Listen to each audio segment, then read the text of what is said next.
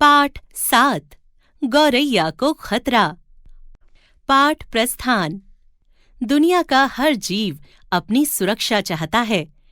इसके लिए वह रात दिन मेहनत करता है। वह नहीं चाहता है कि कोई उसे अथवा उसके परिवार का नुकसान करे। प्रस्तुत पाठ में एक गौरैया के संघर्ष को बताया गया है।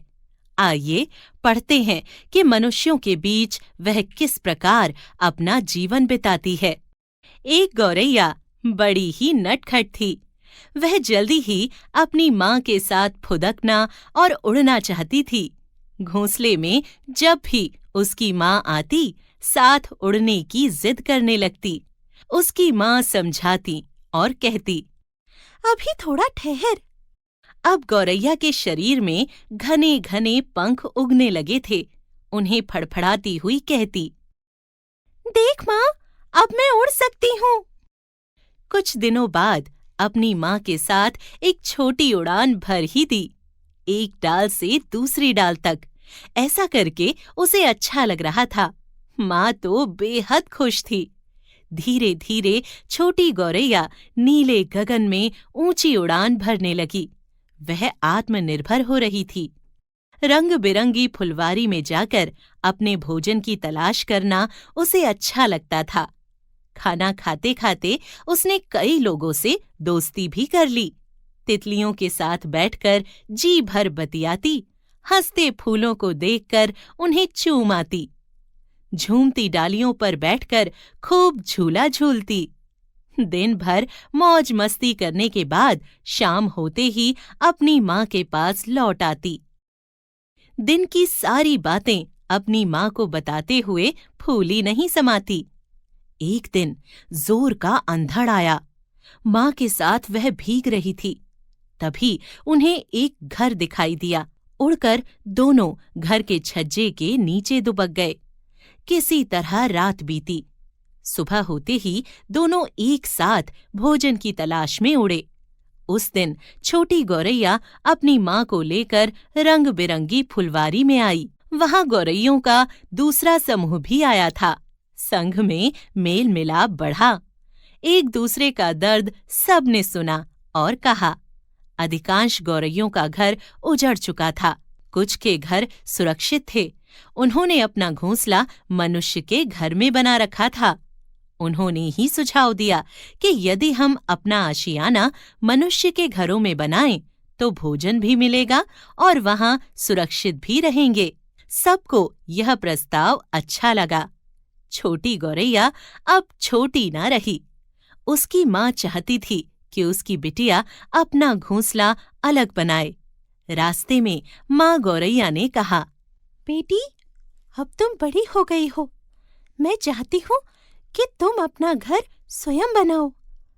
दिन में हम साथ साथ रहेंगे, रात में अपने अपने घर। पुनः दोनों छज्जे के नीचे ठहरे। रात में क्या हुआ पता नहीं। सुबह हुई तो माँ गौरैया जमीन पर मृत पाई गई। लोग उसे उठाकर फेंकने ले जा रहे थे। नटखट गौरैया अब गंभीर हो चुकी थी। माँ को ले जाता देख सिसकने लगी। मन हल्का करने के लिए रंग बिरंगी फुलवारी की ओर उड़ी। रोते हुए सबसे माँ के बारे में बताया। उसकी माँ की मृत्यु पर सभी दुखी थे। सबने उसे ढांढस बंधाया। दिन भर कुछ नहीं खाया। रात भर उसे नींद नहीं आई। खुद को समझा रही थी। उसने निश्चय किया कि वह अपना घोंसला इसी घर के एक कमरे में बनाएगी। सुबह हुई। एक कमरे का दरवाजा खुला था। गौरैया उसमें घुस गई। अंदर हवादार खिड़कियां भी थीं।